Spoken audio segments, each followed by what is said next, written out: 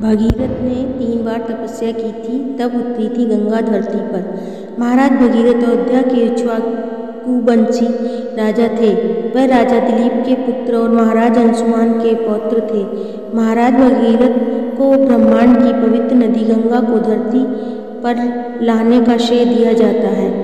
पुण्य सलीला, पाप मोचनी और सदियों से मोक्ष दिलाने वाली गंगा को भगीरथ अपने पूर्वजों के मोक्ष के लिए लाए थे, लेकिन उसके बाद गंगा ने मानव की कई पीढ़ियों का उद्धार कर दिया और यह संभव हुआ भगीरथ की कठोर तपस्या से। अंशुमान ने अपने पूर्वजों को मोक्ष की जिम्मेदारी लेते हुए राजपाट अपने पुत्र दिलीप को सौंप दिया था। उन्होंने इसके लिए घोर तपस्या की और अपना शरीर त्याग दिया। महाराज दिलीप ने भी गंगा को धरती पर लाने के अथक प्रयास किए और मूढ़ावस्था में स्वर्ग सिधार गए।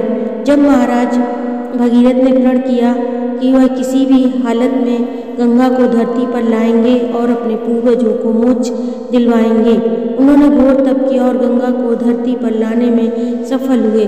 भगीरथ ने जब गंगा को धरती पर लाने के संकल्प लिया था, तब उनका कोई पुत्र नहीं था, इसलिए उन्होंने राजपाट अपने मंत्रियों को सौंपा और गोकर्ण तीर्थ में जाकर घोर तपस्या में लीन हो गए। जब स्वयं ब्रह्मा उनको वर देने के लिए आए तो उन्होंने 2 वर मांगे। पहला पितरों की मुक्ति के लिए गंगा जल और दूसरा कुल को आगे बढ़ाने वाला पुत्र।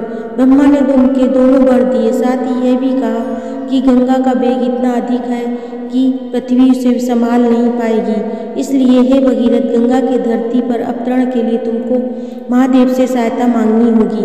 महादेव को प्रसन्न करने के लिए भगीरथ ने पैर के एक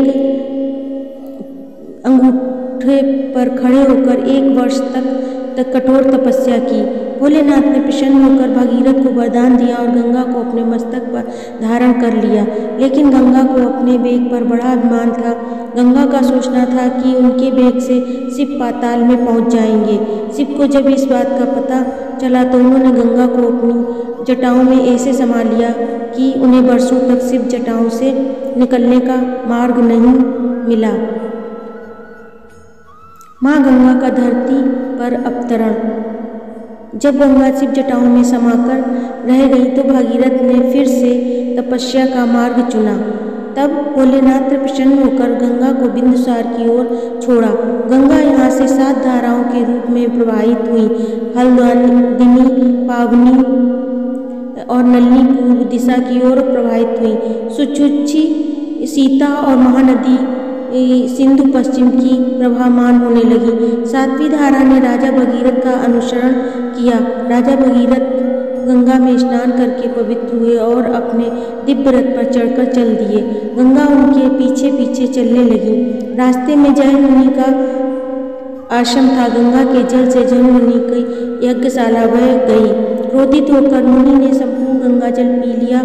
इस पर चिंतित होकर समस्त देवताओं ने जैन मुनि का पूजन किया और गंगा को उनकी पुत्री बताते हुए क्षमा याचना की।